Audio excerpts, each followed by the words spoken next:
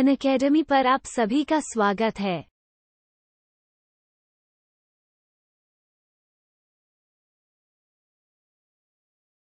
आज हम जानेंगे मुगल शासक अकबर के बारे में, तो वीडियो लास्ट तक जरूर देखें और चैनल को सब्सक्राइब करें। धन्यवाद।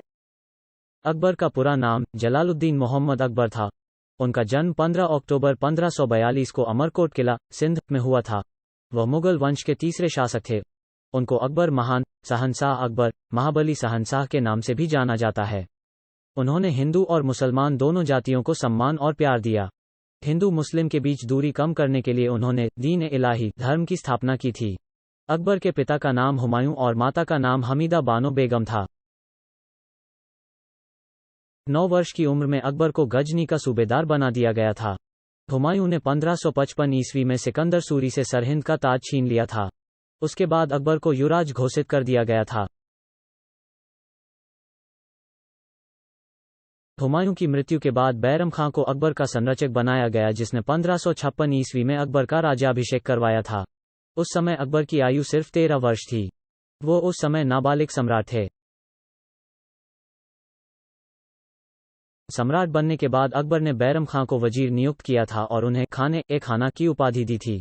पानीपत की दूसरी लड़ाई 1556 ईस्वी में अकबर और हेमू के बीच लड़ी गई थी। इस युद्ध में हेमू की आंख में तीर लगा था। इसी वजह से वो युद्ध में पराजित हुआ था।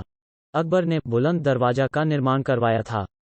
1571 ईस्वी में अकबर ने आगरा के निकट फतेहपुर सिकरी नगर की स्थापना की थी। 1582 ईस्वी में अकबर ने दिन इलाही धर्म बनाया था। दिन इलाही धर्म को सिर्फ अकबर के मंत्री बीरबल ने स्वीकार किया था।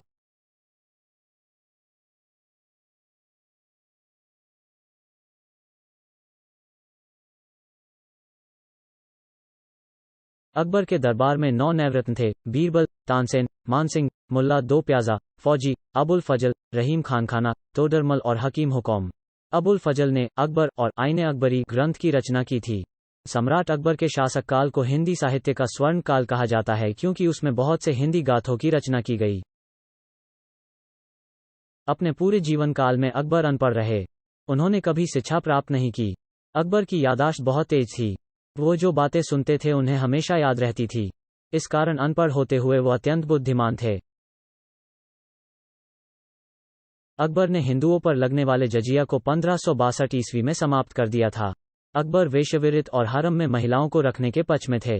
उनके शासनकाल में बहुत सी सुंदरियों का अपहरण हुआ, जिन्हें हरम में लाकर रखा गया। कुछ विद्वानों का मत है कि सती प्रथा के समय जो भी सुंदरी उनके सैनिकों को पसंद आती थी, वे उसका अपहरण करके हरम में ले आते थे। इस तरह कहा जाता है कि अकबर हरम प्रथा के पक्ष में थे। अकबर बहुत ही समझदार सम्राट थे। जब तक आवश्यक न हो वो युद्ध नहीं करते थे। युद्ध से बचने के लिए वो दूसरे राज्यों से वैहिक संबंध, अधीनता स्वीकार करना और मित्रता करने की नीति अपनाते थे। अकबर ने महाभारत और रामायण और महाभारत ग्रंथों का फारसी में अनुवाद कराया था। अब्दुल रहीम खानखाना ने हिंदी में बहुत से दोहे लिखे थे जो आज भी प्रसिद्ध हैं। अकबर की माता महाअंगा ने उनके संरक्षण बैरम खां के विरुद्ध साजिश की थी। बैरम खां को हज जाने का आदेश दिया गया था।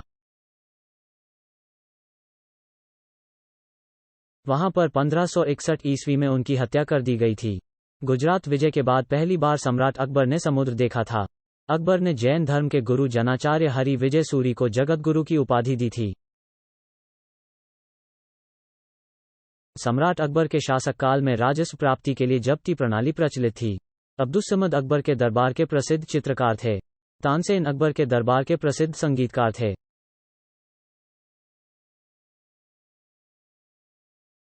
मुगलों की राजकीय भाषा फारसी थी। अकबर ने सिरी कलम की उपाधि अब्दुस्समद को और जरी कलम की उपाधि मोहम्मद हुसैन कश्मीरी को दिया। यूसुफजाइयों के विद्रोह को दबाने के दौरान बीरबल की हत्या की गई थी। अकबर की मृत्यु 29 अक्टूबर 1605 ईस्वी में हुई थी। अकबर को सिकंदराबाद के पास दफनाया गया था। सम्राट अकबर के पास 20,000 से ज्यादा कबूतर थे। इस शौक को वो ईशबाजी कहते थे। वीडियो अंत तक देखने के लिए धन्यवाद।